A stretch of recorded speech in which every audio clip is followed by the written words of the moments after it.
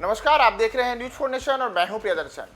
तिरहुत स्नातक निर्वाचन क्षेत्र के उपचुनाव के लिए तारीखों का ऐलान आज हो गया। निर्वाचन आयोग ने तिरहुत स्नातक निर्वाचन क्षेत्र के लिए चुनाव तारीखों का पूरा ऐलान किया है। साथ ही साथ कब चुनाव होंगे, किस दिन से नामांकन होगा, कब तक नाम वापस लेने की तिथि है और चुनाव के परिणाम कब आएंगे, इन तमाम चीज़ों को लेकर आज जो निर्वाचन आयोग की ओर से अधिसूचना जारी की गई है उसके अनुसार बिहार के तिरहुत स्नातक निर्वाचन क्षेत्र में 5 दिसंबर को वोट डाले जाएंगे, जबकि चुनाव परिणाम 9 दिसंबर को आएगा। दरअसल आपको बताया कि जो तिरहुत स्नातक निर्वाचन क्षेत्र है, यहाँ जो उपचुनाव हो रहे हैं, यहाँ उपचुनाव इसलिए हो रहा है क्योंकि यहाँ से जो पूर्व निर्वाचित एमएलसी थे देवेश चंद, वो देवेश चंद ठाकुर अब सीतामढ़ी संसदीय क्षेत्र से इस बार लोकसभा का चुनाव जीते हैं और उनके लोकसभा चुनाव जीतने के कारण जो ये सीट रिक्त हुई है, तो अब यहाँ उपचुनाव हो रहे हैं। और उपचुनाव को लेकर के आज जो अधिसूचना निर्वाचन आयोग की ओर से जारी की गई है उसके अनुसार नामांकन करने की जो अंतिम तिथि है वह 18 नवंबर को है। यानी कि नामांकन जो भी उम्मीदवार हैं इस क्षेत्र में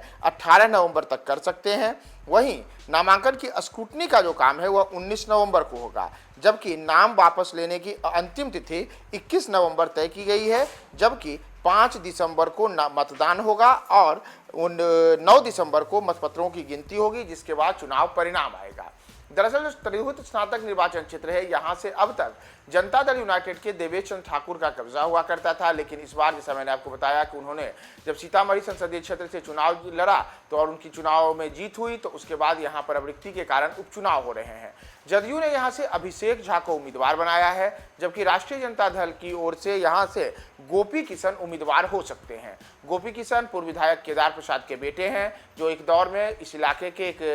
काफ़ी दबदबे वाले नेता हुआ करते थे और अब उनके बेटे उनकी राजनीति को आगे बढ़ाते हुए इस बार तिरहुत स्नातक निर्वाचन क्षेत्र से राष्ट्रीय जनता दल के प्रत्याशी के तौर पर नामांकन कर सकते हैं। वहीं इस चुनाव में एक और चेहरा काफ़ी चर्चा में है, वह नाम है राकेश रोशन। राकेश रोशन जो एक दिन पहले तक ही चिराग पासवान की पार्टी लोजपा रामविलास के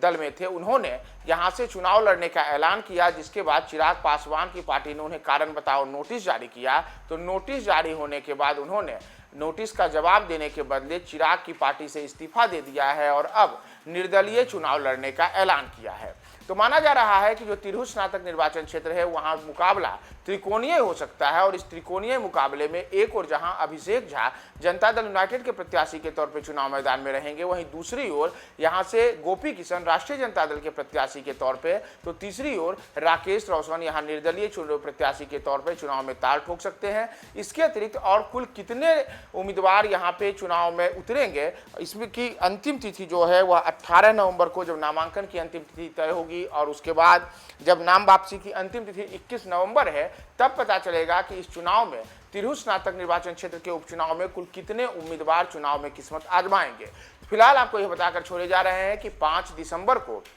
तिरहुत स्नातक निर्वाचन क्षेत्र के चुनाव होंगे, 9 दिसंबर को परिणाम आएगा। इसके पहले नामांकन करने की जो अंतिम तिथि तय की गई है वह 18 नवंबर है और उम्मीदवार 21 नवंबर तक अपने नाम वापस ले सकते हैं। तो तिरहुत स्नातक निर्वाचन क्षेत्र के उपचुनाव के और क्या क्या अपडेट्स होते हैं, आपको तमाम अपडेट्स बनाएंगे। बने रहे न्यूज 4 नेशन के साथ।